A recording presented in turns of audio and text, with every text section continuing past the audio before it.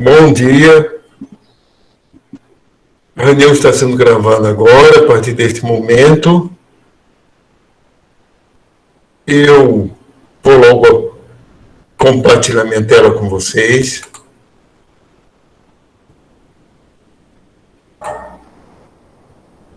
Olha, nós temos praticamente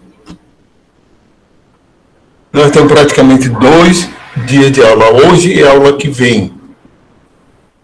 Que provavelmente eu não vou ministrar a aula do dia 11 de dezembro. No calendário eu não coloquei como aula, de qualquer maneira, porque é aquele tipo de dia que é para a reposição, para a reposição, para prova final. Depois eu ver direito o que está lá. Provavelmente não vai ter. Então, a gente tem esses 2 dias, temos que aproveitar ao máximo esses 2 dias. Então,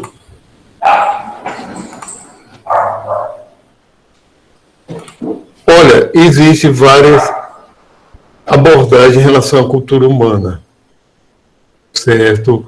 Porque vou apresentar hoje para vocês é a continuação do ponto de vista biológico. Já estão aqui as apresentações do ponto de vista que enfatiza o lado biológico. E vou começar também abordagens conciliatórias, em que se inclui, em que se tenta conciliar o biológico e o cultural, certo? Porque desde os anos 70 há uma certa briga quando biólogos começaram a explicar o fenômeno humano do ponto de vista de um biólogo.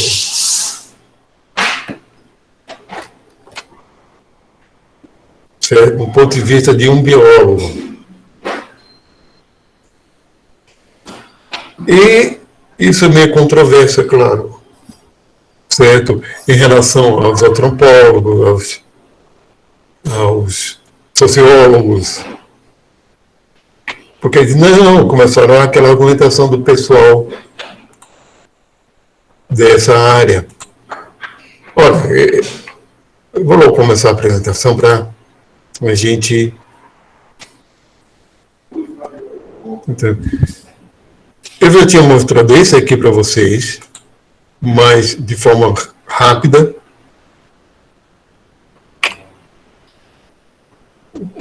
O pessoal já chegou. De forma rápida.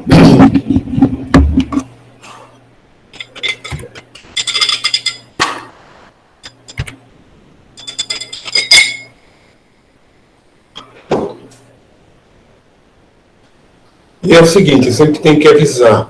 Eu não estou aqui, eu estou mostrando, eu estou falando de certos pontos de vista. Não é necessariamente o meu. Não é necessariamente o meu.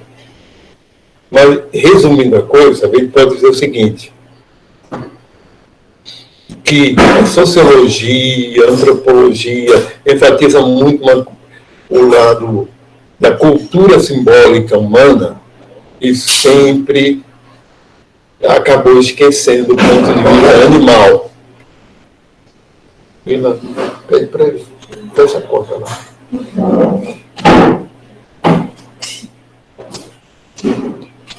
E sempre esquece o ponto de vista do ser humano animal. Então, para começar naqueles biólogos a explicar o fenômeno humano do ponto de vista de um animal. Então, o capítulo 14 desse livro aí, Comportamento Animal, uma abordagem evolutiva da arte média, fala justamente da psicologia evolutiva. Foi um dos ramos que surgiu nessa época. O que é psicologia evolutiva? Etologia humana é algo mais vago. Eu tive que... porque ninguém conhece, assim, chama de etologia humana. Mas é a abordagem de Desmond Morris, é uma abordagem de etologia. Muita coisa de Richard Dawkins é uma abordagem etológica, não psicológica. Eles usam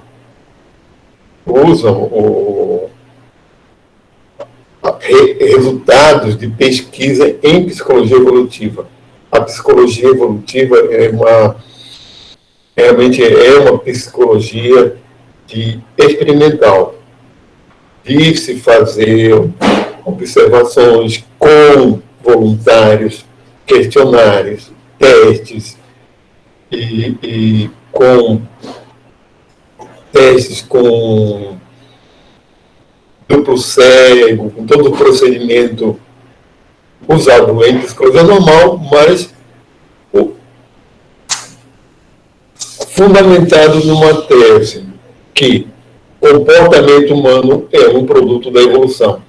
Então, 3 pontinhos, ou 2 pontos. Então, se procura confirmar, a partir do comportamento humano, de que aquilo foi um produto da evolução, da seleção natural, ou francamente, adaptacionista,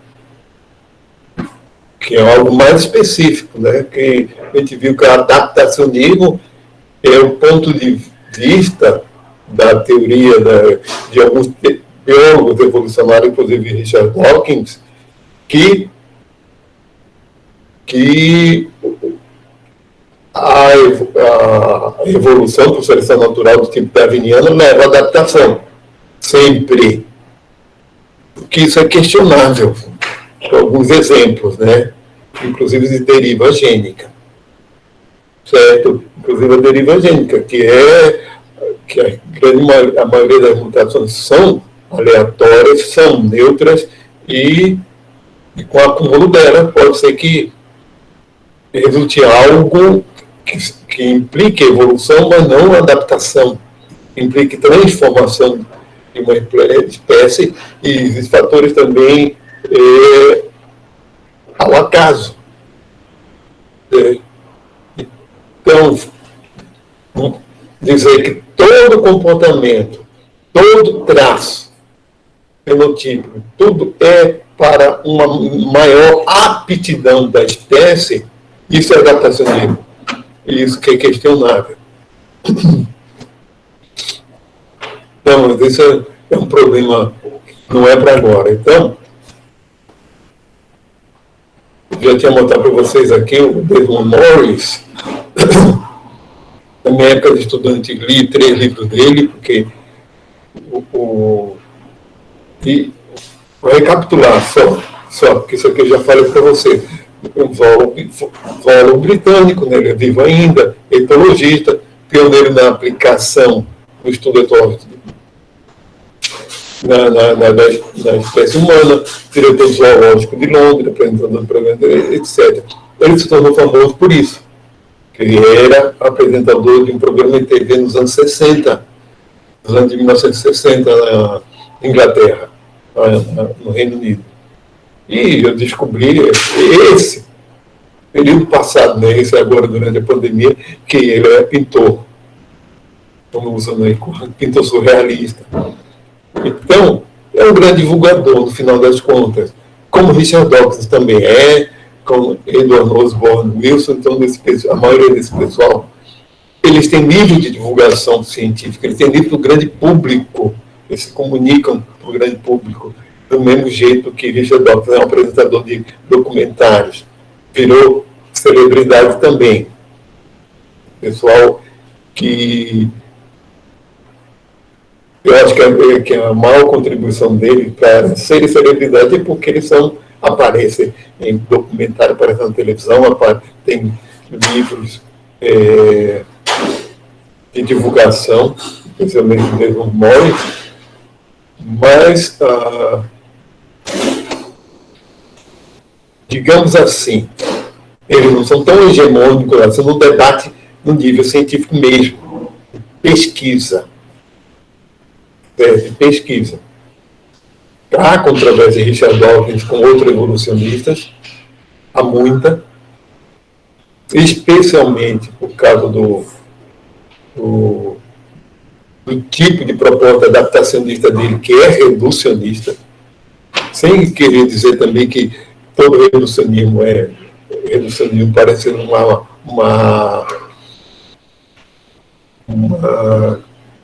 vamos dizer, um rótulo pejorativo. Isso é reducionismo, parece um rótulo pejorativo. Porque, de fato, para mim mas chamar algo de reducionista é pejorativo, está xingando a coisa. De qualquer forma, a simplificação forçada da realidade. Nesse sentido. Reducionista nesse sentido, porque se a gente vai fazer pesquisa científica, no mínimo a metodologia, existe estratégia de restrição, seleção, método empregado, o que vai fazer, o que vai investigar. No mínimo, em termos de metodologia e de estratégia, tem que haver reducionismo mesmo. Nisso aí. É como os cegos, o conto Sufi, dos cegos analisando um elefante, cada um numa região e ninguém se entendendo.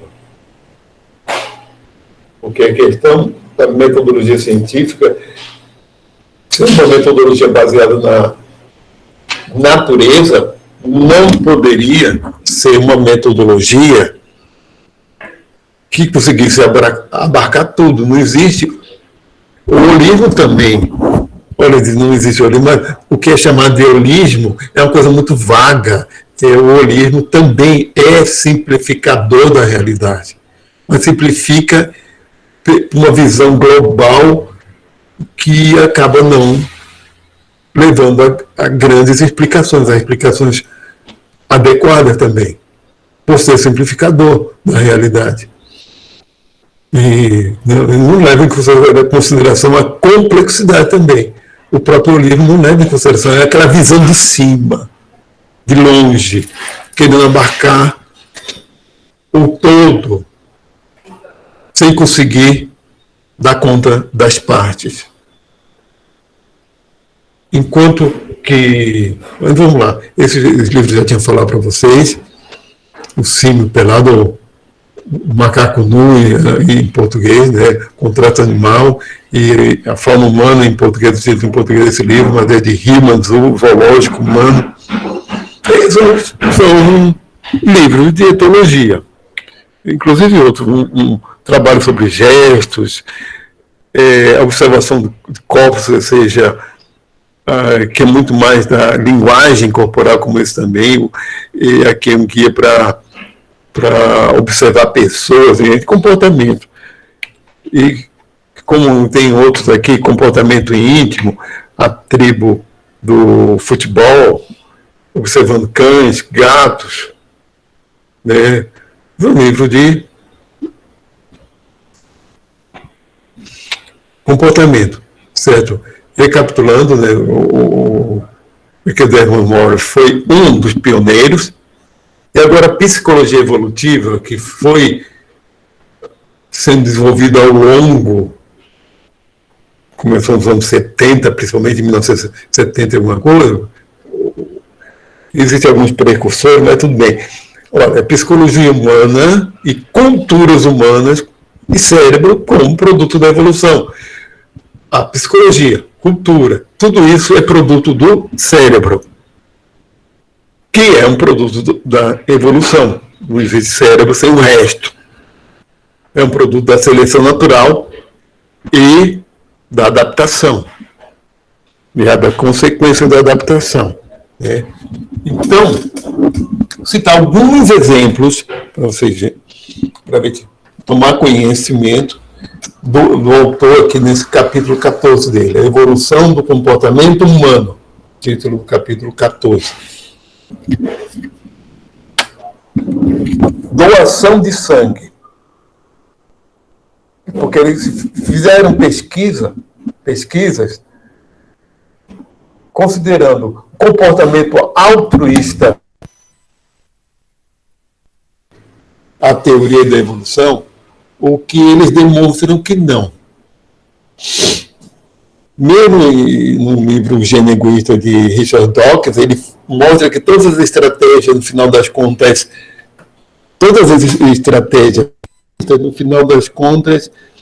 são benéficas para o repertório genético, para os genes de uma espécie.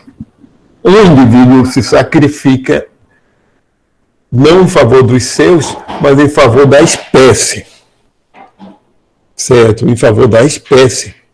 Então, nós temos o quê? No final das contas, não existe altruísmo de verdade.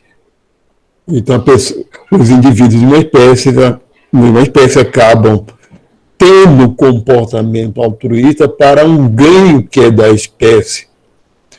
Então, esse comportamento foi selecionado durante a evolução por ser um comportamento vantajoso para a espécie, não para o indivíduo. Então, fizeram vários, em cada doação de sangue, fizeram vários testes e várias observações, certo? Para comprovar algumas hipóteses, ou verificar, corroborar algumas hipóteses. A reciprocidade indireta é uma das hipóteses em que um comportamento, uma pessoa faz algo, nem que seja de forma inconsciente, porque ela sabe que ela vai ter um ganho indireto daquilo, daquela ação dela, certo? Vamos ver o que mais. Pronto. Então, por isso, pegando no partido da tese da reciprocidade indireta, em que você tem um ganho indireto e que age, às vezes, até de forma inconsciente, mas isso é um produto da evolução, né? Depois tem que distinguir bem o que é causa distal e proximal, são coisas diferentes. No final das contas, a evolução está preocupada em explicar as causas distais, as que se fixaram, as primeiras, as causas mais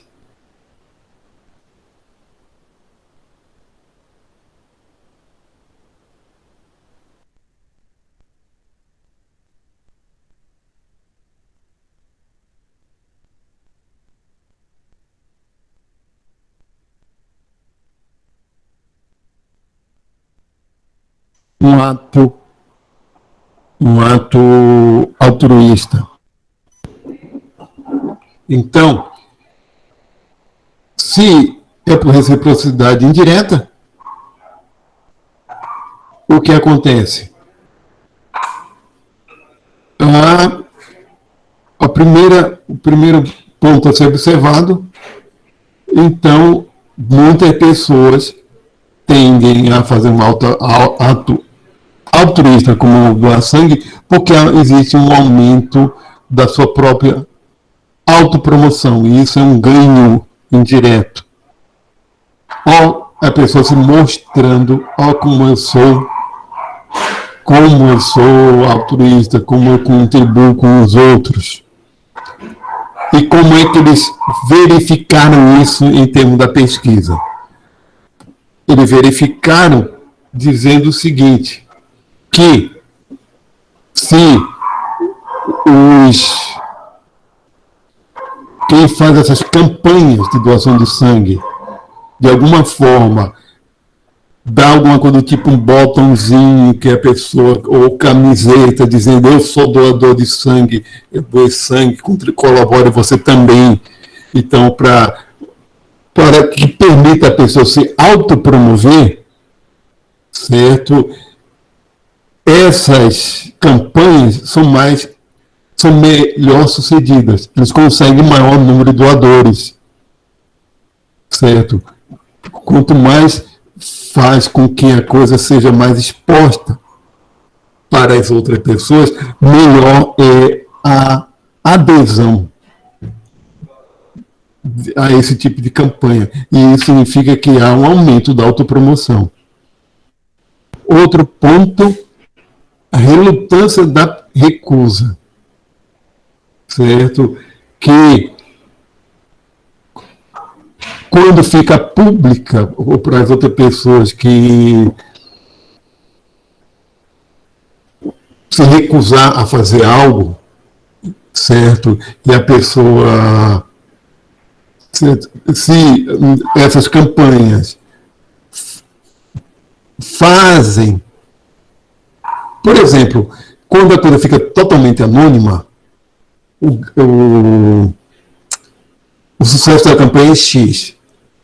Mas, se de alguma forma, certo, a pessoa, pessoas entrevistadas disseram, né, fizeram de um jeito lá que, se a pessoa ficar, por exemplo, a pessoa não tendo como se desculpar por não doar, não tendo como se desculpar, a tendência é ela se sentir-se envergonhada, a tendência é justamente ela não quer mostrar que está recusando isso, então é outro resultado para a chamada reciprocidade indireta, ou seja, que a pessoa está com ganho de reputação. Ajuda ela a ter uma reputação dentro da sua sociedade. E quando a escolha é possível. Essa situação é que se verificou que quando a pessoa pode escolher para quem doar sangue, a contribuição é muito melhor, é muito maior. Quando a pessoa pode escolher para quem doar. Certo? Então, se há a opção de escolher para quem doar, a adesão acaba sendo maior, especialmente se for um parente. Ou seja, aí eu ganho quanto mais próximo da pessoa, em termos de parentesco, o ganho genético indireto fica evidente, certo? Esse foi um tipo de pesquisa, uma boa parte das pesquisas em psicologia evolutiva estão relacionadas com a sexualidade, certo? Comportamento sexual. E há muita confusão também. Uma chamada pesquisa sobre preferência adaptativa por parceiros. Aqui tem a referência deles. É uma figura que eu peguei, não do livro, certo? Mas eu peguei aqui essa figura da referência dele, que eu peguei em PDF. E fiz esse recorte. Certo? Olha, é o seguinte, há muita confusão. Eu acho que existe muita confusão. Ele tem que separar bem o que é sexo biológico, sexualidade e gênero. São 3 níveis diferentes. São 3 níveis diferentes. Certo? E essa pesquisa em psicologia evolutiva, elas têm, lógico, elas têm por base a questão da otimização da descendência, certo? Então tem por base isso, certo? E, olha, vamos dizer o seguinte, vou acrescentar o seguinte: nos anos de 1990, ou foi 1980, depois eu pego a referência direito, está no livro O Gene e Mukherjee, né, que ele conta essa história em que um geneticista, incomodado com essa questão de sexualidade ser genética ou não, etc., ele foi fazer a investigação a partir desse geneticista ele é, porque ele vive ainda, um homossexual assumido. De uma caneta, não. Ele é um homossexual assumido. E foi fazer foi investigar os casos das mulheres XY. Existem mulheres que têm, vou colocar o microfone aqui, eles não estão fazendo muito barulho agora. Existem mulheres XY. O que são essas mulheres? São mulheres que têm cromossomo X, têm cromossomo Y, mas tem o fenótipo feminino.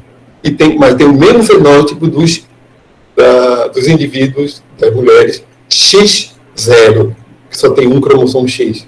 É como se esse cromossomo Y não funcionasse. Não servisse para nada. Então deve ser uma mutação. Né? Então, o que ele foi atrás do gene, ou dos genes, eles também pensam do gene, que vai mutar. Na realidade, é um só. Que é uma mutação de um gene, que é o gene SRY, que, ao ser mutado, não se desenvolve a genitália masculina. E como só tem quando está lá com X, então o X não é mascarado, se desenvolve uma genitália feminina. Só que essa pessoa fica com um problema hormonal depois. Então não se desenvolve direito na segunda fase. Além da genitália, tem que ter a participação dos hormônios. Depois, para poder haver um amadurecimento. Então, essas mulheres não desenvolvem direito mamas, não são inférteis, etc. Né? Um gene só. Mas qual é a explicação? É que esse gene é chave na ativação, na formação embrionária do sexo masculino. O resto é consequência. O resto é uma consequência em questão de sexo biológico. Uma de sexo biológico só tem 3, né? Biológico só tem 3. Masculino, feminino e o hermafrodita. Né? Isso pode acontecer. Agora, sexualidade é outra história. Ele foi fazer investigação a respeito de sexualidade e realmente é outra história. Mas porque existem componentes genéticos e epigenéticos. Regulação hormonal, tudo isso está envolvido na sexualidade. E especialmente a formação do cérebro. O nosso cérebro, como o cérebro se relaciona com a sua própria sexualidade, certo? Isso, sexualidade, eu posso dizer assim, que é biológica também. Agora, gênero envolve o lado de cultura simbólica. Aí é cultural, aí é outra coisa, mas não o pessoal da área de humanas. E humana, que eu não gosto dessa expressão, desse termo ciências humanas, é ciências sociais. Não é mais o que todo mundo chama o pessoal de humanas, não, ciências sociais. Biologia, a nossa área que são das ciências naturais. E tem as ciências formais, com lógica e matemática. Mas tem a tendência a esquecer o lado animal. E que toda a formação animal é consequência do contexto cultural. Aí também não, né? É um reducionismo também grave. querer explicar do ponto de vista só de um animal e esquecer que ele tem cultura simbólica, um contexto cultural pesado, histórico, numa sociedade culturalmente tão complexa quanto como se desenvolveu humana a esse ponto, é reducionismo mesmo, porque você está vendo um ponto de vista só, bastante restrito. Então, esse é um dos grandes problemas da psicologia evolutiva. Quando a gente é o oposto, também é reducionismo.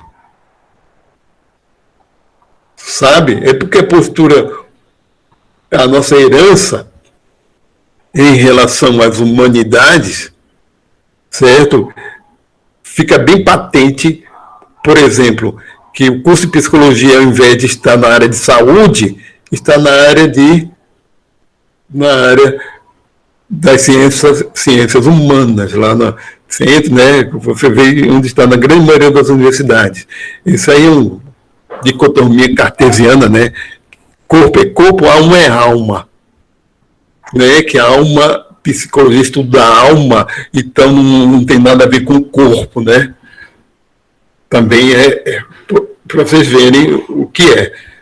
Então, a grande maioria dos psicólogos tradicionalmente acham que não precisa entender de fisiologia humana, que é um erro gravíssimo. Não precisa entender de neurobiologia, de fisiologia do sistema nervoso. E pior que não existe sistema nervoso separado dos outros. Isso é parte de um sistema maior. O sistema nervoso é um subsistema. É um sistema integrativo, regulatório, controlador, etc. Extremamente importante por isso, mas vamos lá.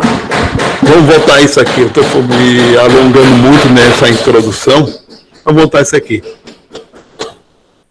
Olha, esse é um estudo dessa, se eu não me engano, foi na Polônia, mas tem outros estudos que têm resultados semelhantes, que mostra aqui, ó.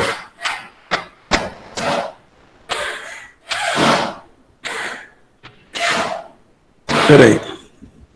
Que aqui está falando do estradiol, da amostra de estradiol na saliva, certo, que o hormônio feminino, que há uma correlação entre certo tipo de fenótipo de forma física feminina e o nível de estradiol.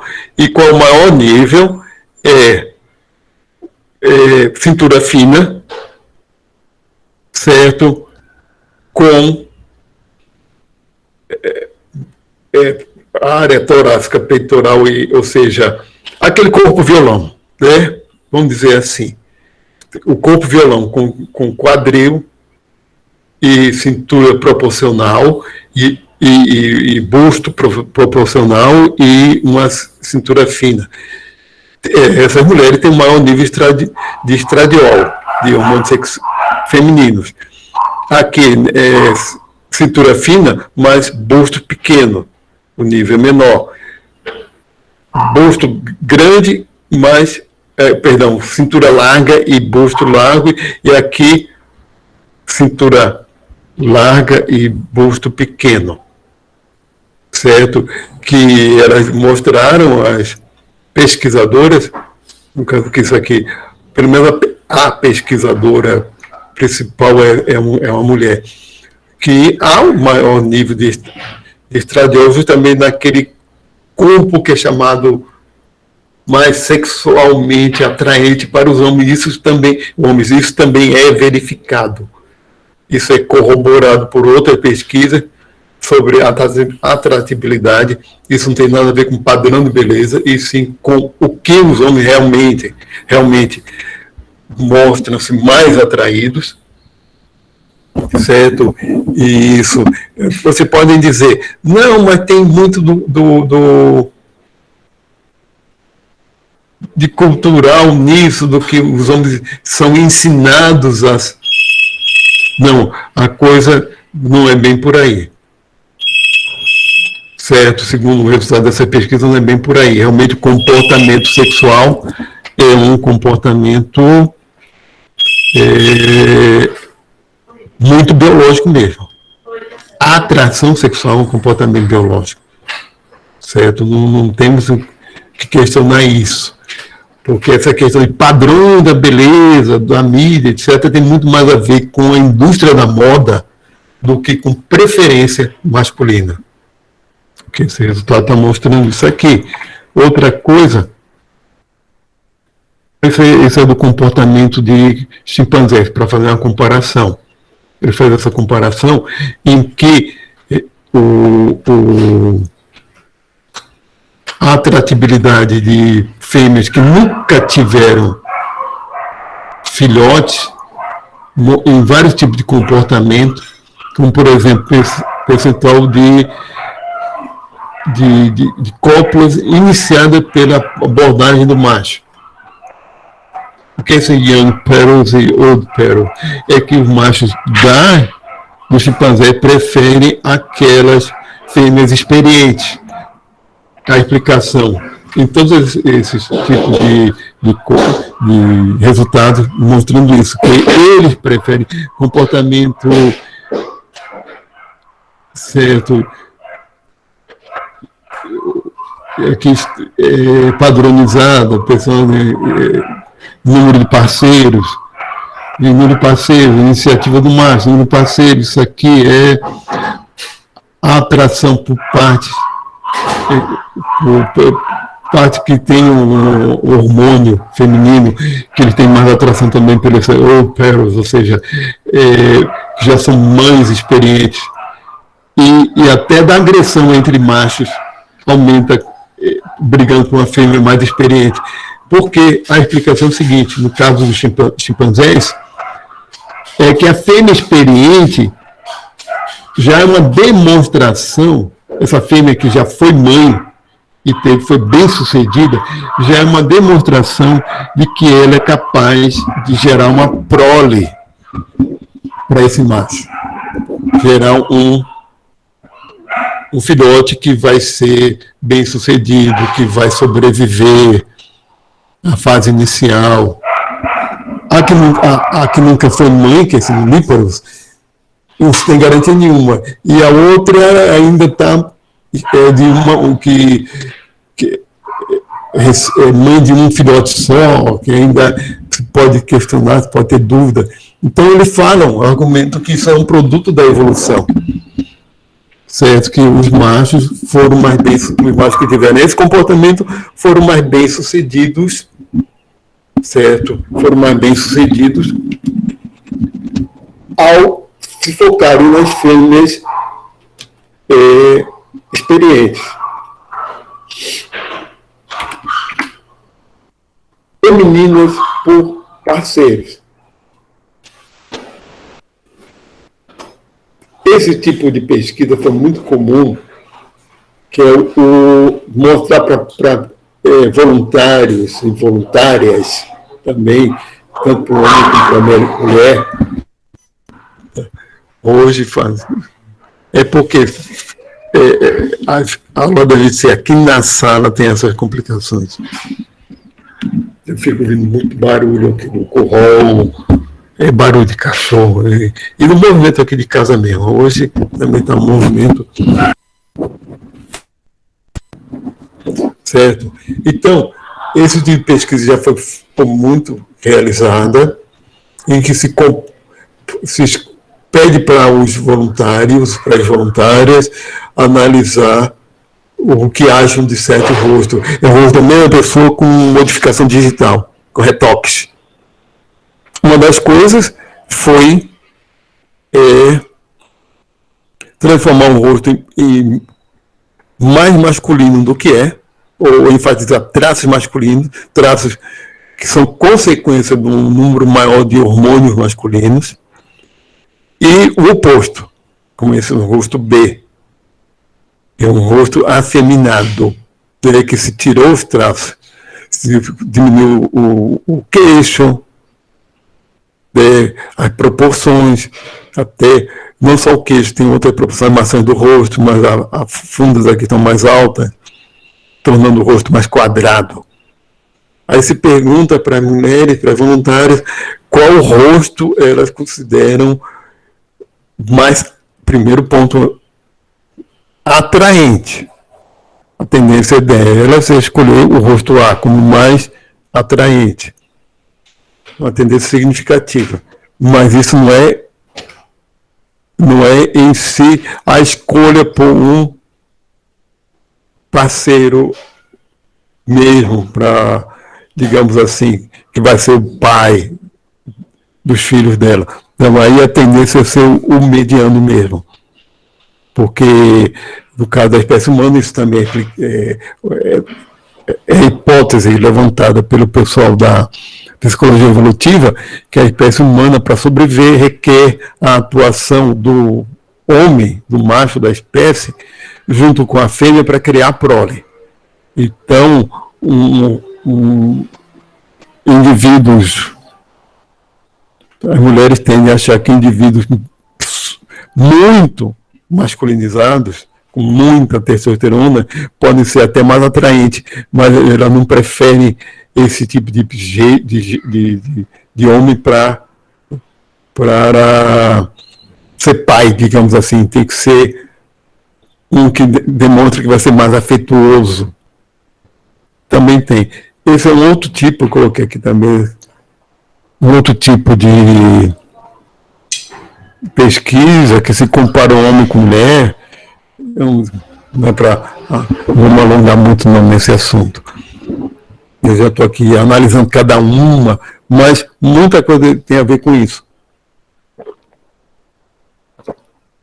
Olha, quando fizeram uma pesquisa assim que, olha, você tem tantos dólares, chama dólar romântico, digamos assim, 20, em que você tem uma série de atributos, quanto você gastaria, o quanto é importante para você em termos de uma parceira e parceiro.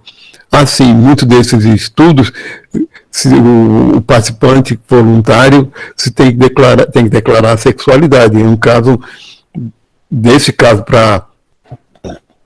específico, tem que ser eles heterossexuais. O que é significativo aqui é o seguinte: atributos. Quando o valor é limitado, há uma diferença significativa. Aqui são várias questões, mas vamos apresentar aqui nessa tabela só o que foi mais significativo, certo? A atratividade física, homens, mulheres. Olhem só a diferença. Como as mulheres tendem a deixar esse plano se tiver limitação de escolha, a atratividade física. Os homens não. E aumento da renda anual do parceiro ou parceira, certo? Quanto vocês são dispostos a investir em que o parceiro tenha seja uma pessoa que tenha uma maior renda. Não, ou seja, os homens têm só 3% do valor total investido foi em termos de aumento da renda da parceira. Então, enquanto as mulheres, 17%. Quando, numa segunda rodada, os pesquisadores deram mais dinheiro para o povo, houve uma tendência a se igualar. E quando na terceira rodada aumentou mais ainda, aí sim, homens e mulheres ficaram bem parecidos. Ou seja, quando a coisa é limitada, a ênfase dos homens é bem diferente das mulheres. Certo? Masculino e feminino adaptar tipo parceiros, a questão da simetria facial, que o que mostra é que as mulheres, agora vou ser um pouquinho mais rápido, tá? Simplificar um pouquinho, isso aí foi uma das aulas lá do curso livre período passado. Olha, quando em relação ao rosto, certo? As mulheres dão muito mais importância do que os homens em relação à simetria facial. ou são muito mais exigentes? De modo geral, a gente pode chegar a isso, que a exigência, arroz também, porque é questão da expressividade depois eu peguei essa figura de fundo, de emoções. E as mulheres tendem a serem mais exigentes do que os homens, especialmente em relação à sua própria avaliação, da sua autoavaliação. As mulheres, quanto mais se acham atraentes, mais exigentes elas se tornam. Homens nem tanto. Certo? Questão do conflito sexual. Olha, homens nem tanto. Então, a consequência é a seguinte, que a sexualidade masculina tende, mesmo entre homossexuais, tanto femininos quanto masculinos, ou transexuais, ou outras sexualidades, ou outras questões de gênero, a sexualidade relacionada à testosterona, que isso aí, tende a ser diferente da feminina. A explicação, certo?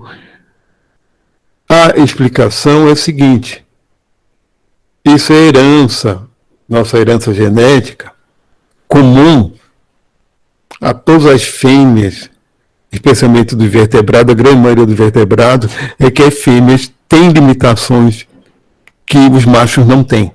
Limitações a deixar descendentes. Certo? O número de óvulos, o período fértil menor, o número de óvulos menor, etc. Então, isso faz com que o comportamento feminino seja um comportamento da escolha. E o masculino é o comportamento de se espalhar, de diversificar. Por mais que haja também a monogamia, mas monogamia, mesmo na espécie humana, é exceção. O homem tende a... Não estamos justificando também, isso é a questão em si explicando. A questão científica é de explicar o comportamento e não justificar. A questão de justificativa é moral e interessa também a criminologia. Você explicar por que o criminoso cometeu um crime não justifica. Certo? São coisas diferentes. Ser capaz de explicar é lógico, o que não é justificativo. O criminoso tem um motivo para fazer aquilo, só explica. Senão, assim, quase todos os criminosos seriam considerados inocentes. Não, porque não justifica, não faz com que ele seja inocente. Então, realmente, a raiz, a base desse comportamento, da sexualidade masculina e feminina, a raiz biológica disso, segundo a psicologia evolutiva, tem de respeito a isso. Que a fêmea, dos vertebrados, especialmente, tem a tendência à escolha, à seleção. Certo? Isso. E o macho, pelo contrário, ele tende a querer o máximo possível. Agora vamos falar uma diferença de causa distal e causa, falando nisso, causa distal e causa proximal. É o seguinte: o que leva certo comportamento, por exemplo, sexual por parte do homem, o que o estimula é o prazer. Por exemplo, então a causa proximal é o prazer. Mas qual é a causa distal? É que este comportamento, ao ser prazeroso, foi selecionado ao longo da evolução porque foi vantajoso para a sobrevivência da espécie. Isso é o distal. Então, Vamos falando desse quadro aqui. Olha, então existe conflito. Existe conflito. Homens e mulheres diferem na tendência de superestimar o interesse sexual por parte de um companheiro. Aqui, relatado pelos homens sobre as mulheres. Número de eventos no ano anterior. Que o companheiro superestimou o interesse do correspondente, ou seja, achou que a pessoa estava interessada, mas ela não estava. Mulheres sobre os homens e homens sobre as mulheres. E aqui o companheiro subestimou o interesse do proponente. Então, você pode ver que pelas mulheres sobre os homens, certo, há uma diferença significativa, certo, em que os homens tendem a achar, certo, por exemplo, superestimou,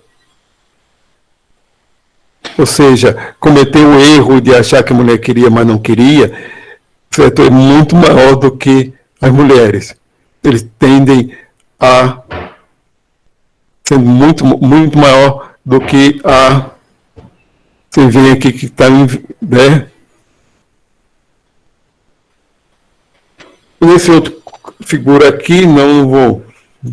Essa é questão de traição, eles têm buracos aqui que não vale a pena eu entrar nesse detalhe, não, porque eles estão levando em conta apenas o tempo de casamento. Mas o tempo de casamento significa também mudanças hormonais nos homens e mulheres. E isso pode afetar o resultado.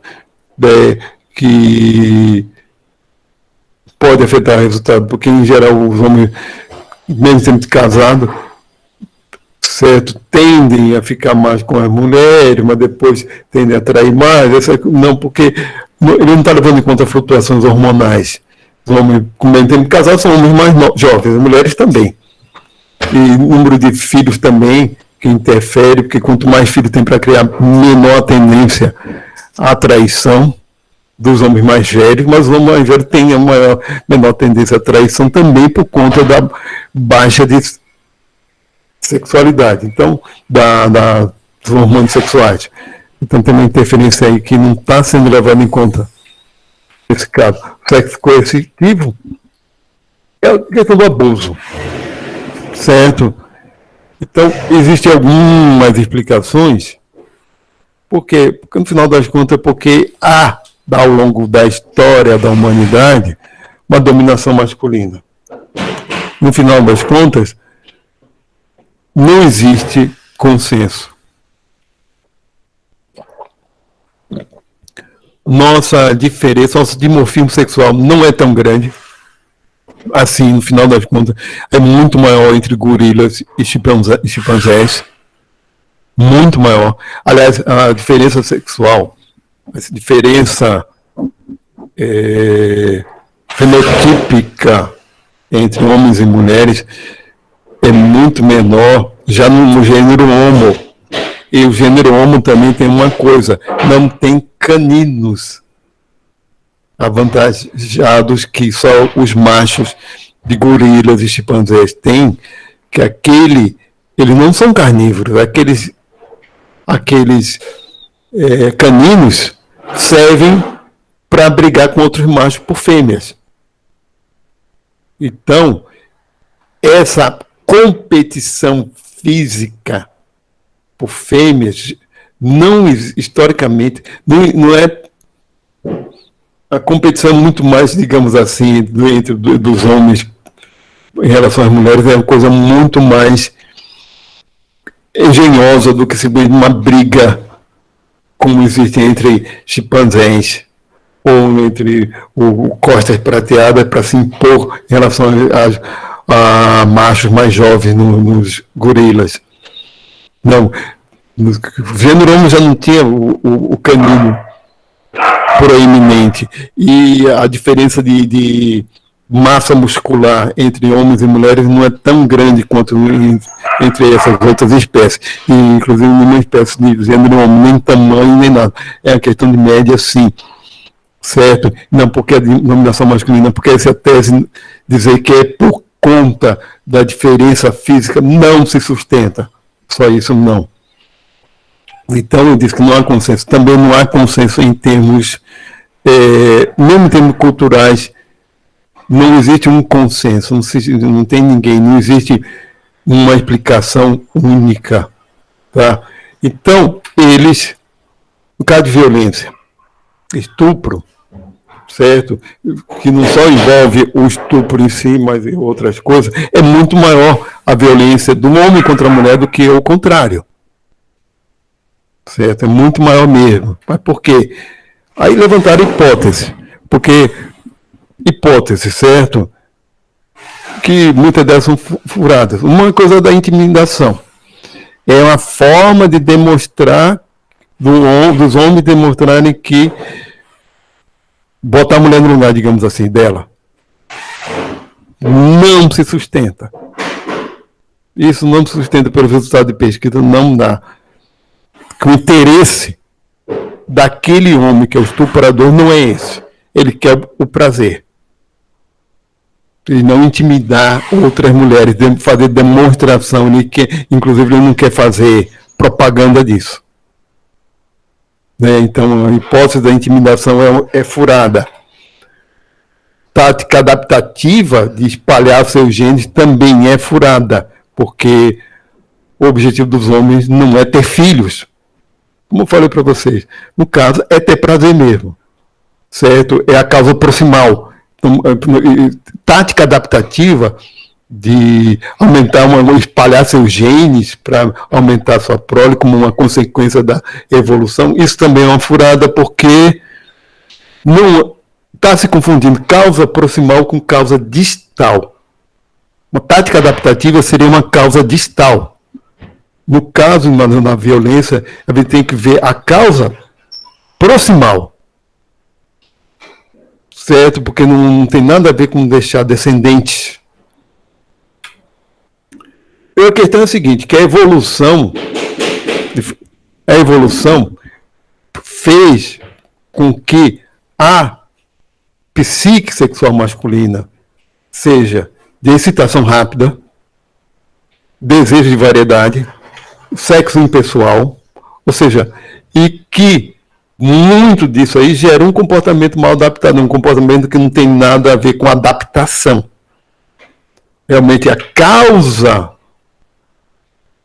distal é a seleção dessa psique sexual masculina, né? Essa seria uma causa distal, que ela foi útil em termos de deixar descendentes, mas em certas condições existe muito do chamado comportamento mal adaptado, aquele comportamento que não leva necessariamente a uma adaptação, certo? Que não leva a adaptação, tá? Vocês conseguem entender isso, né? Que o objetivo do sujeito não é deixar descendente, né?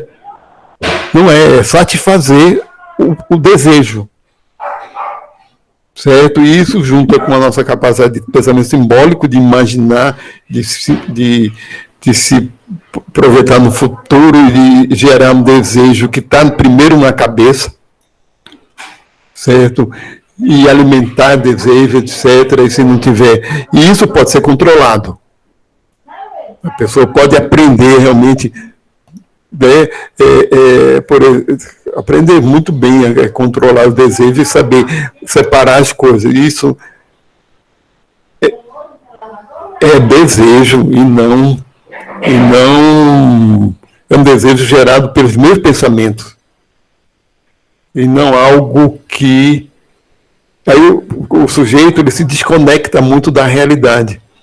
Aí a partir daí ele perde a empatia. Ele quer satisfazer os desejos e não percebe a outra pessoa, né? Por isso que eles dizem, um comportamento mal adaptado.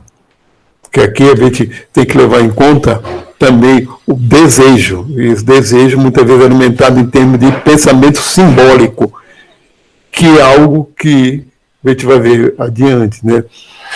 no final das contas, que a gente vai ver adiante. Atos de violência, não vamos. Isso você pode verificar, violência contra a mulher. Isso é um trabalho português, relatórios, né, de português, etc., que tem uma correlação com tudo que ele já falou. Né? Cuidado parental. É só para demonstrar, os resultados também demonstram que o investimento biológico das fêmeas é muito maior do que dos machos. Certo? Porque as fêmeas, especialmente mamíferos, correm o risco de vida. Existe risco de vida ao gerar um filho. Um risco que os machos dos mamíferos não têm. Certo? Então, esse é um outro resultado. Favoritismo parental. Chance de receber dinheiro para a faculdade nos Estados Unidos. Quando o filho biológico do parceiro atual, enteado do parceiro atual, enteado do parceiro anterior. Então, quanto mais próximo, maior chance de receber dinheiro. Então, falando nem do próprio filho biológico, mas sendo do parceiro atual, e não o sujeito que se casa, a pessoa já com uma outra pessoa, essa pessoa tem um enteado, aí cai muito. E quando é enteado, que é do parceiro anterior ainda, se afasta mais, então a chance de ganhar dinheiro cai muito. Esse pesquisa é para mostrar que cuidar parental tem muito mais a ver com aproximação biológica, certo? Que não é por acaso também, maus tratos infantis. Os dois pais biológicos aqui, ó, a quantidade. Um pai biológico e o outro padrasto ou madrasta. E a idade da criança? De 0 a 4, que é quando a criança é mais danada, né? O comportamento pior. De 5 a 10 é aqui porque entra na adolescência. Uma coisa bem discreta. Aqui, realmente, haver maus-tratos infantis como briga, etc. Quando os pais são biológicos, é maior. Aqui, quando a criança é muito danada nessa fase, mas é um pouco, ligeiramente maior na adolescência. Esses são dados também americanos.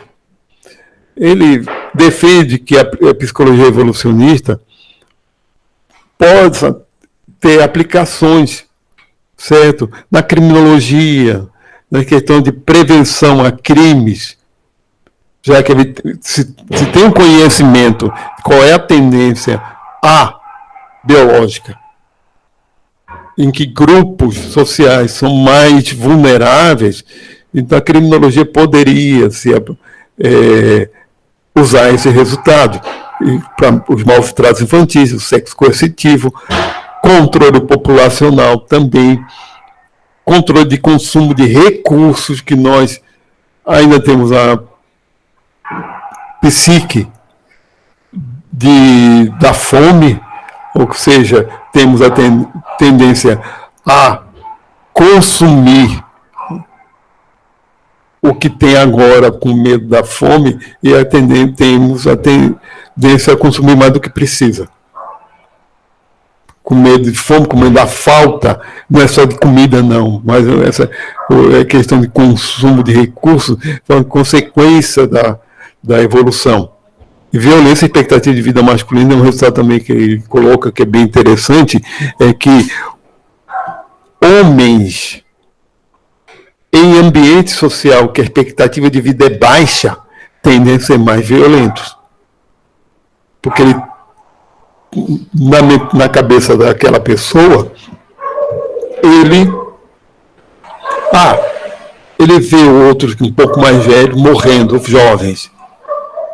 Então, para que ele vai investir a longo prazo? Em coisas a longo prazo, como uma profissão que requer anos termos de estudo, de procurar emprego estável, etc., se ele pode se dar bem arriscando a vida. Então, tem uma tendência a se envolver com violência muito maior nas situações de que a gente tem a expectativa de vida baixa, em estratos sociais em que a expectativa de vida masculina é baixa. É como se ele fosse criado, o sujeito, quando chega à adolescência, num ambiente que ele não tem nada a perder. Provavelmente vai viver pouco mesmo, então vamos aproveitar.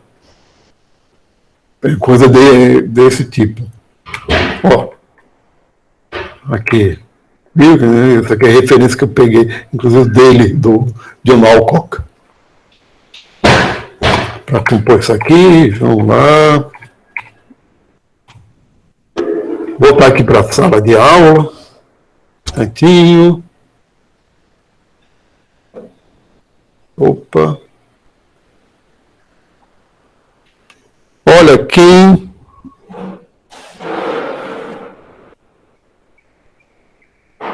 estão com problema de áudio?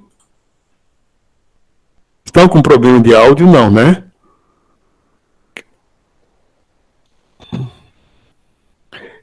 E faz o seguinte, colocando bem próximo, porque de vez em quando tem um barulho aí do pessoal que está montando o móvel. Vocês, quem não respondeu a lista de chamada, frequência, responda agora, por favor. Pode responder agora. Presente. Eu vou, continuando o assunto, eu me alonguei um pouquinho agora para explicar alguns pontos. Eu fiz muito comentário, dei tanto auxiliado aquele resultado dessa pesquisa, não analisei tanto assim. Mas é para apresentar os principais argumentos do pessoal da psicologia evolutiva. Os principais argumentos deles. E agora um outro, né, que é a sociobiologia, que é mais controverso ainda.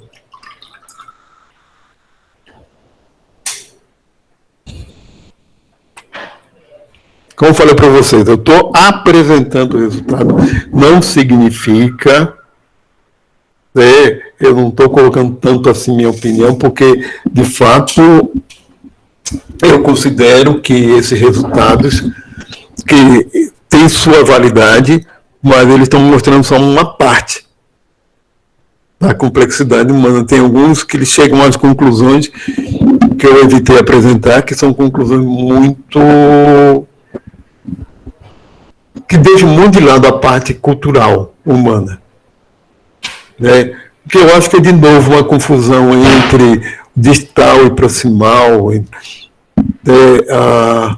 como também o pessoal da sociologia, antropologia, que estuda, por exemplo, as questões de gênero, acabam mostrando resultados também que fazem a confusão, porque eles deixam de lado tão que eu acho que acaba sendo também reducionista, não é só reducionista também não, que não é só porque esquece que nós somos animais. Eu ia até dizer, quando eu vejo uma plaquinha proibido a entrada de animais, isso é um tempão, eu sempre há um tempão, acho que desde ano 2000, por aí, que eu vi isso aqui. Epa, então eu não posso entrar. Eu sou o quê? Uma planta? Sou vegetal? Sou um robô? Sou um autômato ou sou um espírito desencarnado? Se animal não pode entrar? É para vocês verem essa dicotomia. Se animal não pode entrar? Eu não sou vegetal. Eu não sou fungo. Então, a gente é o quê, no final das contas, né? Nossa tradição separar ser humano e animal. Eu sei o que estão querendo dizer com aquilo, mas para vocês perceberem isso. Essa separação é artificial, é arbitrária e simbólica. O símbolo é arbitrário e artificial. A gente chega lá. Também é do... Olha, ele faz também, nesse capítulo, ele fala da sociobiologia dos argumentos contra. E estou usando aí imagens de quadros do Desmond Morris. Servindo de fundo dos quadros surrealistas dele de imaginar uma biota surreal. Não é nem extraterrestre, é surreal. Os argumentos contra. Então ele vai dissecando os argumentos contra e contra-argumentando, dizendo, não, realmente ele está certo em todas essas argumentações, porque são argumentações do ponto de vista dos antropólogos, dos sociólogos, argumentações comuns. Então ele pegou aquelas argumentações fracas, muito restritas. Como nós humanos não fazemos as coisas apenas porque buscamos aumentar a nossa aptidão inclusiva. Olha, esse tipo de argumento é confundindo, de novo, o que é causa proximal e distal. Aumentar a nossa aptidão inclusiva, que é a causa da evolução, para gerar certo comportamento, é uma causa distal.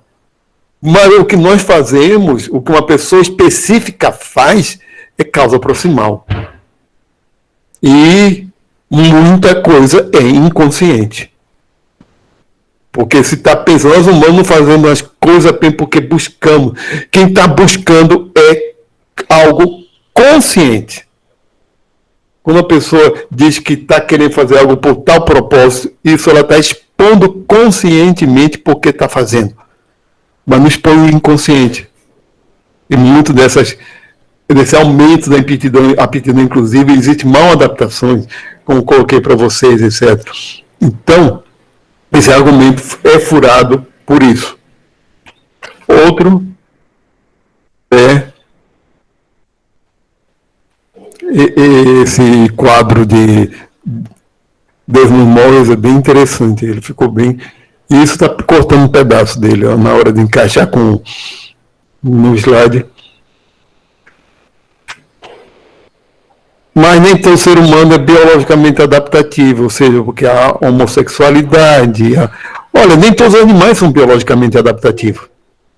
Também, nem todo ser humano, isso é uma restrição um bocado, quer dizer que tudo que a gente tem que fazer é em torno de ser adaptativo em termos biológicos, cai no mesmo erro do argumento passado. Certo? Cai no mesmo erro. Certo? É o mesmo tipo de erro. Porque o fato de existe a homossexualidade também é uma argumentação de gente contra a homossexualidade porque ela não gera descendentes, isso vai contra a teoria da evolução, e se usar a argumentação biológica é uma grande furada também. Porque a homossexualidade existe entre animais. Bissexualidade, heterossexualidade, a questão de sexualidade tem muito a ver com a relação do... São outros 500, outra história. Mas a espécie como um todo, há aumento. Olha, tá, dentro do ser humano biologicamente adaptativo, mas nós temos quase 8 bilhões de habitantes no planeta. Imagine se todo mundo buscasse a otimização de deixar descendentes. Nós somos uma espécie extremamente bem-sucedida, sem dúvida nenhuma, e é graças à cultura simbólica. Isso é outro assunto que o pessoal da psicologia evolutiva, da sociobiologia, não está levando tanto em conta. O grande sucesso do ser humano, mas isso é outra coisa. Vamos continuar. Que abordagens evolucionistas ao comportamento humano são baseados em uma doutrina politicamente reacionária que apoia desigualdade e injustiça sociais. Isso também é uma argumentação furada, porque não avalia, não procura saber, isso aí, não procura saber o posicionamento político desses sociobiólogos, desses psicólogos evolutivos, que na realidade são duas coisas separadas, certo? Porque eles estão pensando, sociólogos, quando falam isso, botam esse tipo de argumento, estão pensando na eugenia.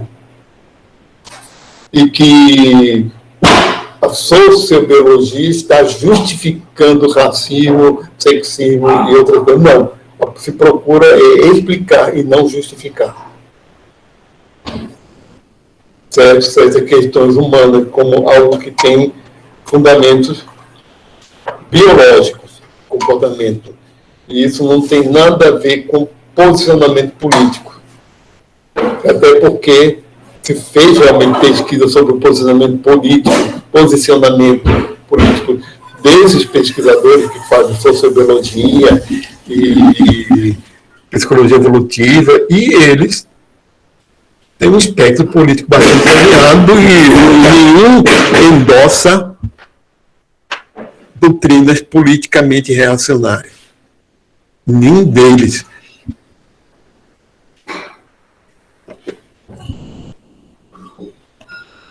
Certo? Então, esse tipo de argumento também que o povo...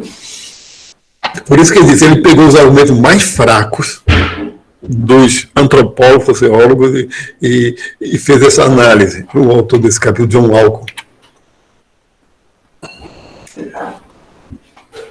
Olha, e existe uma teoria, botando aqui, cultura arbitrária, que a cultura humana é arbitrária, então, por isso, não está correlacionada com a biologia. Essa teoria muito defendida entre antropólogos para explicar a diversidade cultural, e ele, como um etologista, como um etologista, o John Alcott, diz que isso também é uma grande furada. Mas a gente vai ver. Eu fico aqui preocupado com a hora que eu quero fazer a aula render o máximo. Olha, isso também é furado. Repetindo, essa teoria da cultura arbitrária é reducionista, é mutiladora, digamos, da realidade. Do mesmo jeito que puramente essa psicologia evolutiva também é. Mas, por exemplo, ele mostra vários dados, eu peguei esse resultado aqui. Coeficiente de parentesco entre aquele que adotou e a criança adotada. Coeficiente com 0,5, ou seja, quanto maior esse valor aqui, o parentesco, o coeficiente 1 seria que tivesse... um seria, digamos assim, não é parente, é a própria pessoa. O coeficiente genético de igualdade.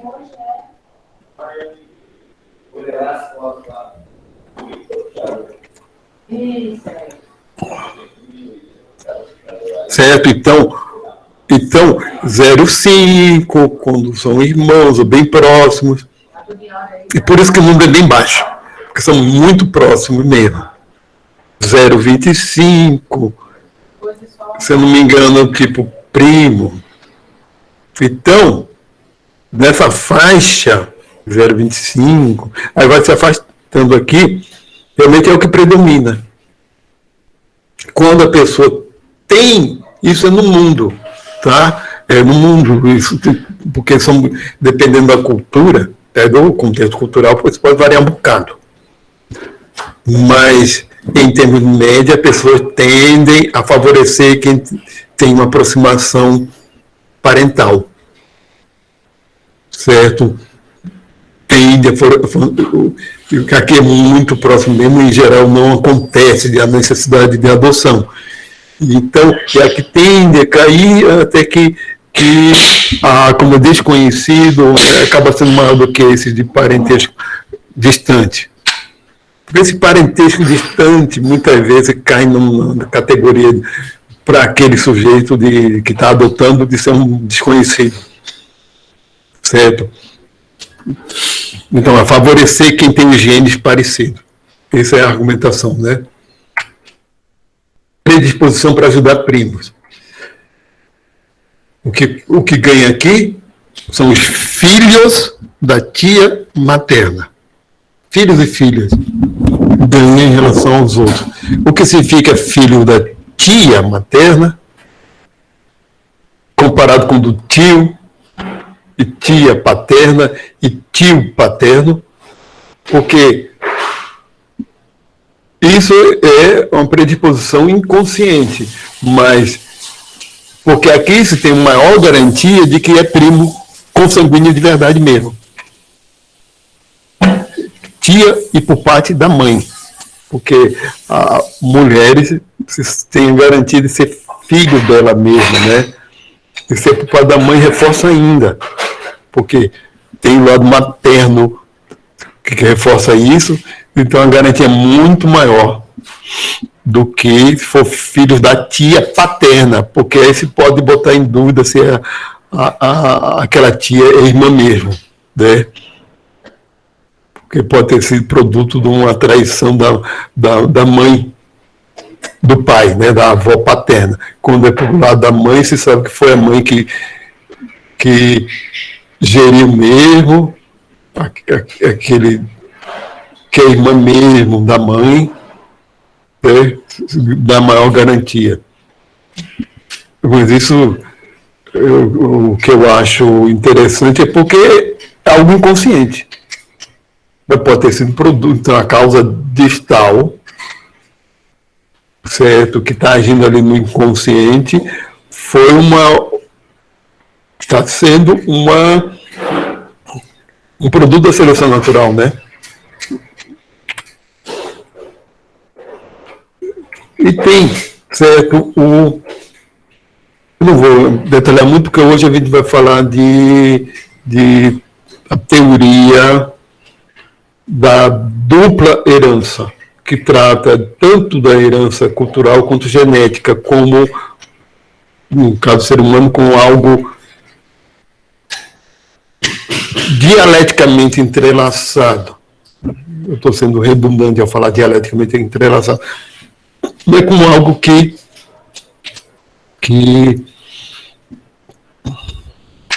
não se separa, certo?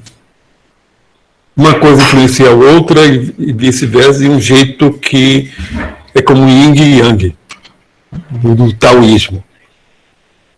E agora, ele faz uma análise da chamada evolução cultural e dos estudos da evolução, da cultura, num sentido evolucionário também, de que evolui por processos darwinistas,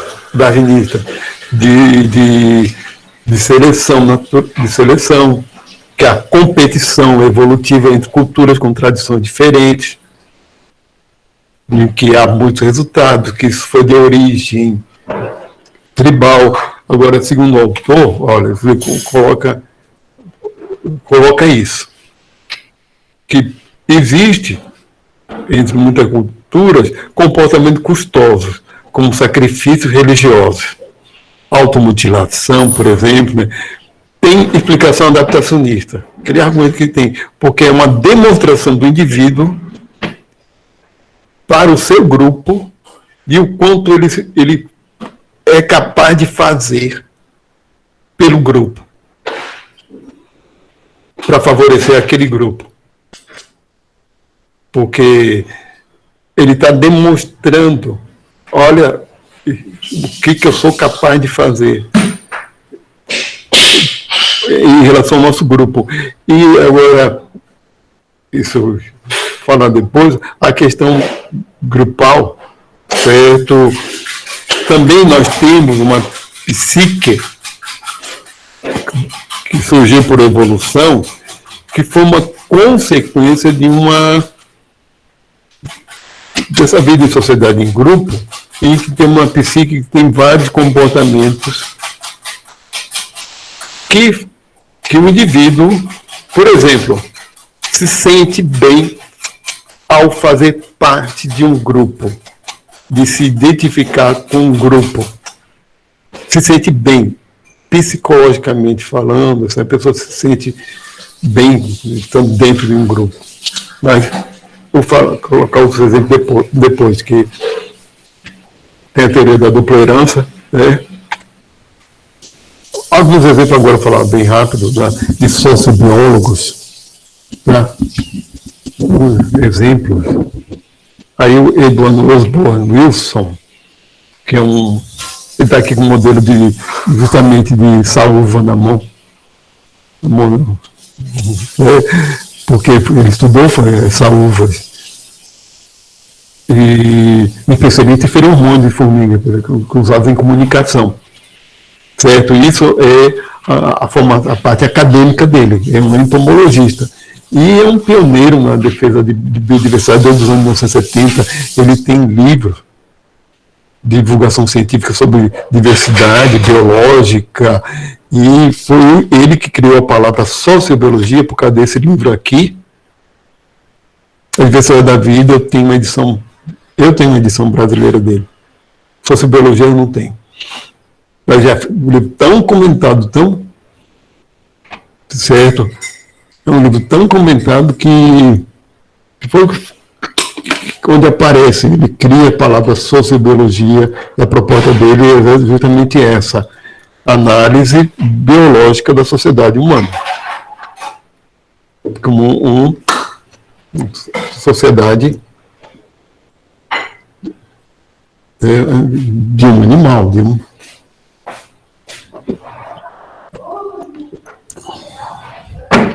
Esse livro aqui é de 1978, se não me engano. 78, acho que é 78, 77, 76, não sei, 76, 77 é o de Richard Dawkins. Só aqui é da defesa da biodiversidade, a luta pela vida no planeta, meia Terra. Esse aqui, que é interessante, você deve estar ouvindo gente falando no... Eu tenho que cortar bem aqui, né? Para destacar só minha voz. O rol aqui do apartamento, do prédio, cachorro latindo, assim mesmo. Faz parte. Esse livro aqui, Consciência, tem uma edição brasileira dele. A Unidade do Conhecimento. Edward Osborne Wilson. O que é consciência? Consciência é uma palavra, um termo filosófico criado no século XIX, que significa convergência de saberes para chegar a uma conclusão comum. Então, nesse livro, ele defende que a neurobiologia vai ser o estudo neurobiológico do nosso sistema nervoso, nosso cérebro, etc., e como é que o cérebro funciona, vai explicar o ser humano. Vai explicar sociologia, vai explicar questões de comportamento humano, tudo a partir do cérebro. Certo? Tem uma entrevista dele que é interessante, que coloca muito bem, por exemplo, a questão de divindade, ou a questão do comportamento religioso, segundo ele, em que ele aí demonstra que espécies de primatas sociais têm comportamentos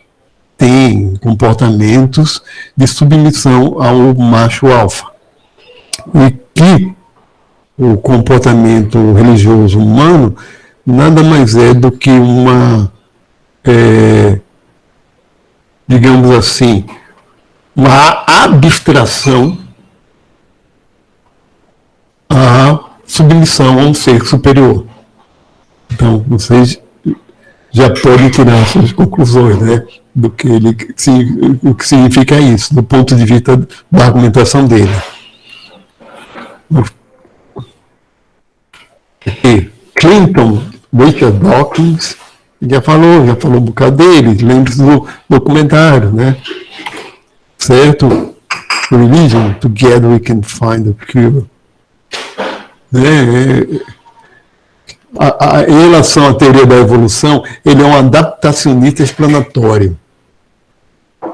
E é bem darwinista no sentido que a evolução é um processo gradual e contínuo.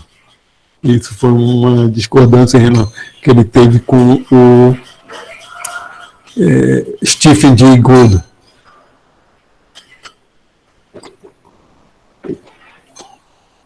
Mas, aqui, falando dos livros, muitos deles têm a ver, o Gênio Egoísta, Deus no Delírio, com os documentários. Inclusive, o Gênio Egoísta rendeu um documentário. Certo? Só uma curiosidade, acho que eu não falei para vocês, e isso é objeto também de crítica por parte do pessoal posterior. O pessoal, tanto é que o pessoal da dupla herança critica esse último capítulo do Gênio Egoísta, em que ele propõe, do mesmo jeito que o gene é a unidade da herança genética, no último capítulo, que é o 11º, ele propõe uma herança cultural humana e propõe uma unidade de herança cultural, em que, por analogia ao nome gene, e por analogia ao nome gene, e para se relacionar com memória, mnemônico, vem de memória em grego, ele batizou de meme, M-E-M-E. Tem aí a origem dessa palavra, apesar de que o que se chama meme não tem nada a ver com a proposta dele, que era como se fossem unidades indivisíveis básicas, do mesmo jeito que gene. Seriam as unidades culturais, em que se replicam nos cérebros. Certo?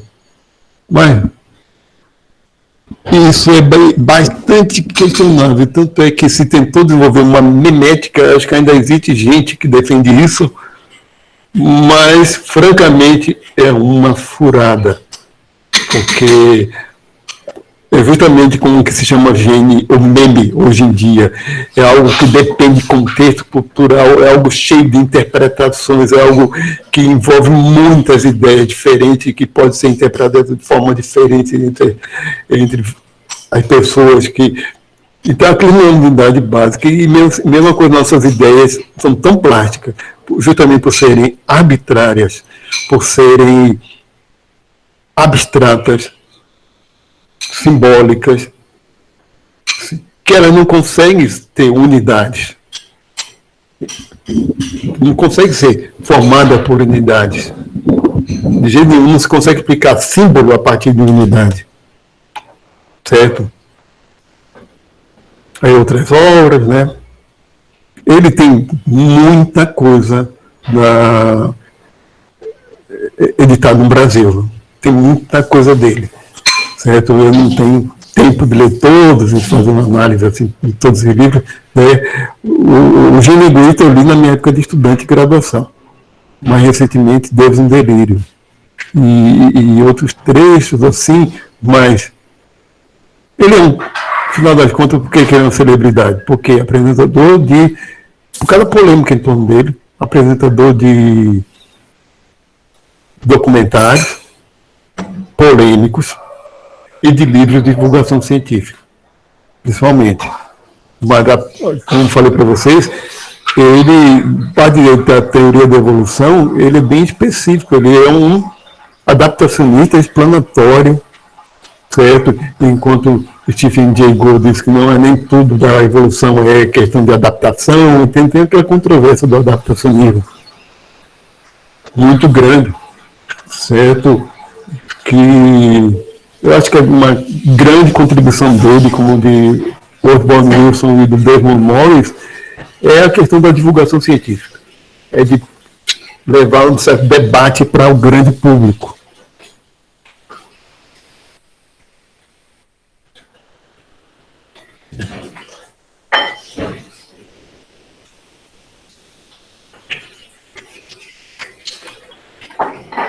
Vendo.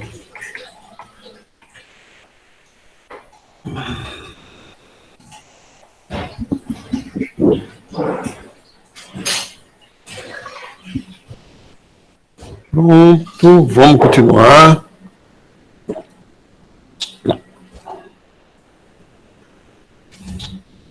Questão aqui da gravação. Eu fiquei com medo de começar a aula e não estar gravando. Para mim está batendo cheiro de cola do pessoal da montagem do móvel aqui. Bem, eu não tenho uma alergia, minha mulher tem. Olha, para fazer um contraponto, você pode procurar muita coisa do Francis Collins. Não evitem a Wikipédia de qualquer maneira, mas porque tem um trabalho sobre eles, etc. Porque é um contraponto, porque ele é evangélico. É protestante. E que era um ateu que se converteu. Ele tem um livro, eu emprestei o meu, não me devolveram, mas eu li, que é a Linguagem de Deus. Certo? Então, se colocar o nome dele aqui, Francis Collins, vai aparecer, ele foi diretor do Projeto Genoma Humano, justamente quando o Projeto Genoma Humano é apresentado, a primeira versão pública dele, ele era em 2001, ele não foi o primeiro foi o Watson, certo? Que ele assumiu depois do Watson, né? E o livro, certo? E atualmente ele é o diretor do Instituto Nacional de Saúde americano, que é a sigla em inglês é NIH, né? NIH, National Institute of Health. Justamente é o principal instituto de pesquisa na área de saúde. E ele é geneticista americano, certo? Ou seja, o currículo científico dele, francamente, é até, eu acho, mais significativo que o de Dawkins.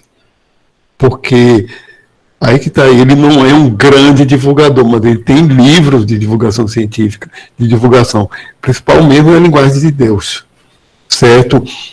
Um currículo invejável, o currículo dele, sim. E ele, nesse livro ele fala da conversão dele, foi pela leitura de que um amigo começou a argumentar com ele e indicou para ele, que ele era ateu, assim, quando jovem, indicou para ele os livros do C.S. Lewis, né? O autor lá de Nárnia, mas naquele livro dos anos 40, durante a Segunda Guerra Mundial, que ele fez um livro voltado para a argumentação teológica.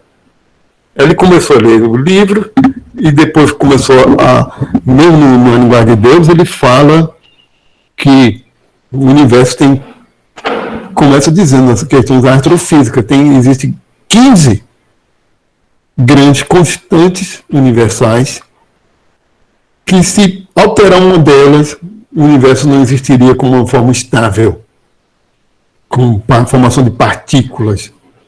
Todas estão muito bem ajustadas e tem uma série de argumentações também que eu já vi astrofísicos falando sobre, não só sobre a criação do universo, mas sobre a expansão do próprio universo, que a presença de algo além do universo que está gerando o universo seria a única explicação. E no caso da linguagem de Deus, ele está falando que é o código genético. Certo? Mas é bom. Ele não é... A argumentação dele é muito mais sofisticada que a do design inteligente, viu? Ele tem uma série de argumentações, é um outro ponto de vista dele que eu acho muito mais interessante que aquele design inteligente, porque o design inteligente é muito furado. Certo? E quanto mais do literalismo bíblico, ali nem se fala. Tá? Quanto mais o literalismo bíblico. Mas é bom ler o livro dele. É bom ler, eu ouvi entrevista dele, certo? O tipo de argumentação dele que não é do design inteligente, certo? Que também envolve a astrofísica, coisa assim. Voltando aqui, eu vou começar.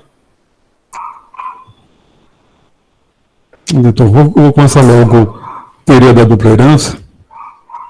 Vou avançar um pouquinho nosso horário, fazer um pouquinho mais de 10 horas, certo? Essa teoria, apesar de algumas controvérsias, alguns questionamentos, mas esses questionamentos são muito mais metodológicos, certo? E essa teoria, ela é bastante interessante.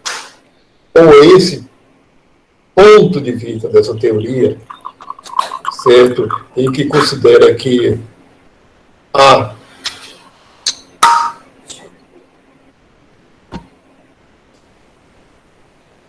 sim, por favor. Quem considera que essa teoria, digamos assim, dupla herança, ou que o ser humano tem uma herança tanto biológica, genética, quanto cultural, essa ideia já existe desde o século XIX, desde o período ali posterior a Darwin. Já se apresentou algumas ideias, mas nunca uma teoria formalmente desenvolvida. E o que eu vou colocar aqui é só baseado nesse capítulo 3 desse livro da Filosofia da Biologia, que é do próprio Paulo Abrantes, da UNB, e Fábio Portela Almeida, que fala da teoria da dupla herança, uma teoria da dupla herança bem específica de Richardson e Boyd. Richardson e Boyd, dois americanos, certo? Existem outras abordagens também, além da dele, né? Paulo Abrantes é da UNB e Fábio Portela também. Eu não achei foto do Paulo Abrantes para colocar aqui para ilustrar. Ele é muito voltado para a área do direito e Paulo Abrantes é da biologia mesmo. Mais de natureza e mais de ciência da filosofia da biologia. Mas, que são? Peter Richardson é um biólogo e Robert Boyd, um antropólogo, ambos estadunidenses, né? Aqui é do site deles, né, da Universidade da Califórnia, campus de Davis, Departamento de Ciências Ambientais, professor emérito, que já é aposentado, distinto, tem um título aí de professor emérito, com muitos livros também, Evolução Cultural, e dele com outros autores e dele com o Boyd. E aqui o da Universidade Estadual do Arizona, Robert Boyd. Aí ele é antropólogo, né? Onde vê que o trabalho dele é antropologia. Certo? Aqui o site pessoal dele, que mostra ele em trabalho de campo. Certo? Mas, vamos lá, alguns exemplos de livro. Não pelos nossos genes somente, como a cultura transformou a evolução humana, a origem e evolução de culturas, aqui dos dois. Aqui coloquei só livros, realmente, dessa capa só tem livro dos dois. Cultura e o processo evolucionário. Aqui é Robert Boyd com Joan Silk. E aqui o artigo, né, como humanos evoluíram, fundações do nicho cultural humano, questão de cultura como uma estratégia de formação de nichos. Existem nichos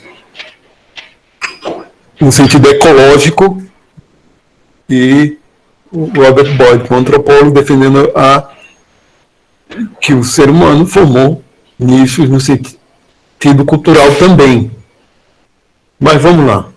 Aqui outros exemplos, etc. Mas vamos lá, que consiste essa teoria dele. Consiste isso. Vamos lá.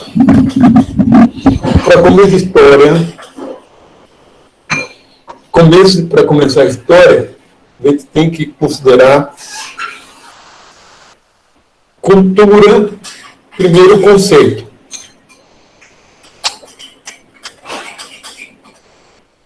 Cultura, num conceito bem amplo, não é só do ser humano, não é só humana. Você tem que tirar do lado, exatamente aquele livro de Não Só pelo Nosso Gênio, 2005. Essa é uma citação que eu peguei do capítulo lá do livro 13, da página 5. A cultura é informação capaz de afetar o comportamento dos indivíduos e que eles adquirem de outros membros da sua espécie a partir do ensino, da imitação e de outras formas de transmissão social. Ou seja, é a aprendizagem socialmente mediada. É o repertório cultural, que não é comportamento inato, é comportamento aprendido. Aprendido de outros membros, que sem os outros membros da sua própria espécie, não existe essa aprendizagem. Certo? Então, isso é muito mais forte entre animais que têm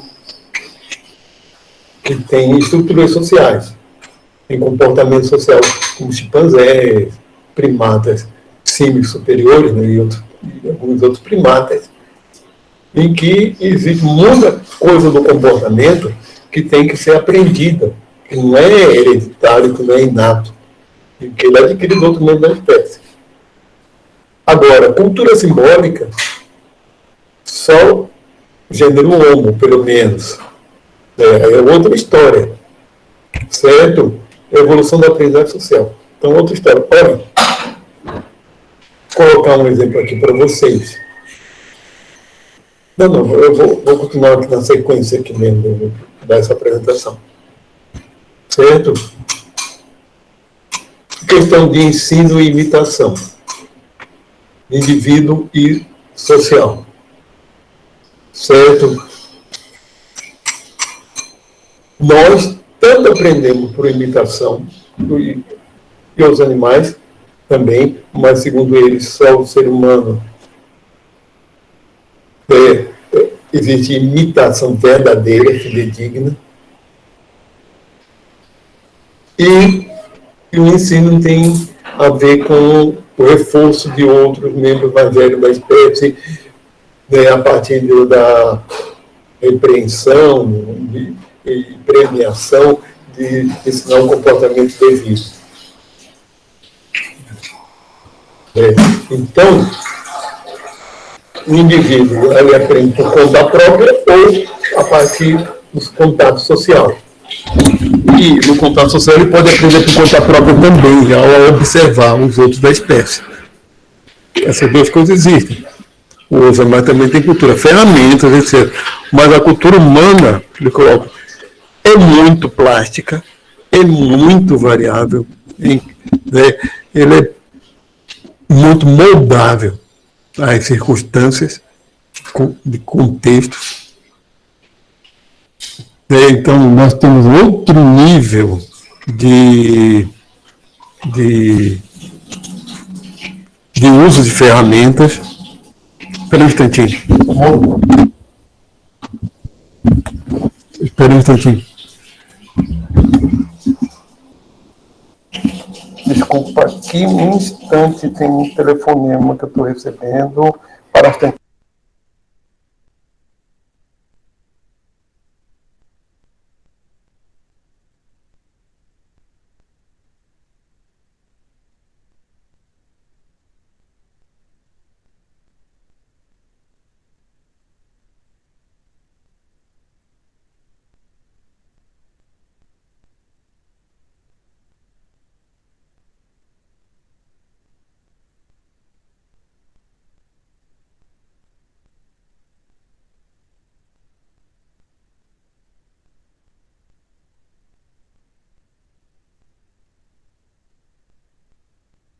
Pronto. Desculpa aqui a interrupção. Eu já vou dar intervalo. Eu não queria interromper agora. Já vou dar Então,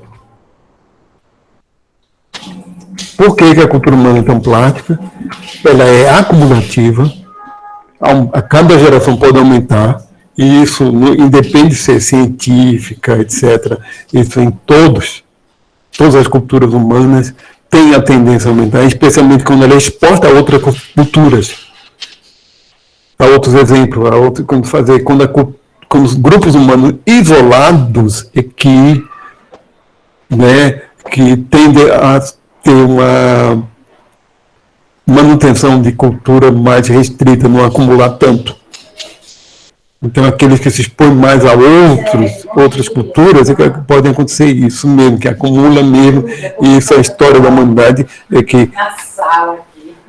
e é simbólica, isso que caracteriza, o símbolo, nós vamos falar isso.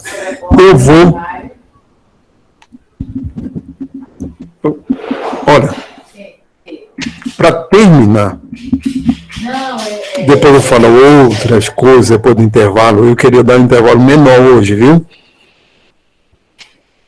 São resultados entre, aqui, 6 milhões de anos atrás até o dia de hoje. Aqui o Ardipithecus, Australopithecus, Paranthropus e o gênero Homo. Certo? Isso aqui mostra flutuação climática com mudanças ambientais. E aqui o bipedalismo surge por aqui. O uso das ferramentas chamadas pedras lascadas, etc., desse tipo de ferramenta é aqui. O gênero aqui é o Homo sapiens, certo? E aqui é o estabelecimento do tamanho médio cerebral atual. E aqui o estabelecimento de obras de artes rupestres, certo? Qual é a correlação que ele está mostrando aqui? É que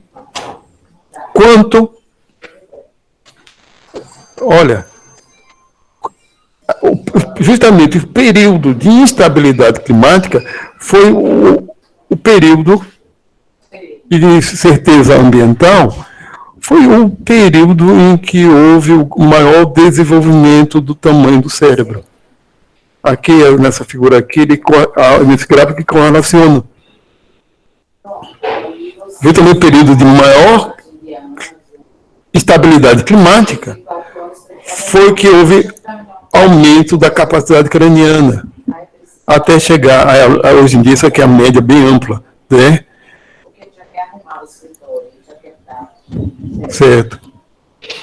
Uma média extremamente ampla, aqui, que aqui é o tempo atual. Então, qual é a explicação disso aqui? Que é justamente períodos de instabilidade climática são períodos que favorecem a sobrevivência pela aprendizagem, e não pelo instinto. E o gênero Homo é um gênero fracamente dotado de capacidade física para sobreviver, que ele precisa, desde a existência dos primeiros hominídeos, que há necessidade de uso de ferramentas, ou seja, de cultura, em primeiro lugar, de ferramentas, para poder sobreviver. Então, cria-se um ambiente de incerteza ambiental que os comportamentos inatos são desfavorecidos. Depois do intervalo eu vou falar um pouquinho mais sobre isso, viu? Tá? Já vou falar aqui, peraí. Evolução aprendizagem. Porque tem umas coisas aqui que eu quero acrescentar, porque existe muita confusão Tudo certo. Eu vou dar um intervalo agora, pessoal, para a gravação, para a apresentação para ir melhor, interromper a gravação, para dar um intervalo.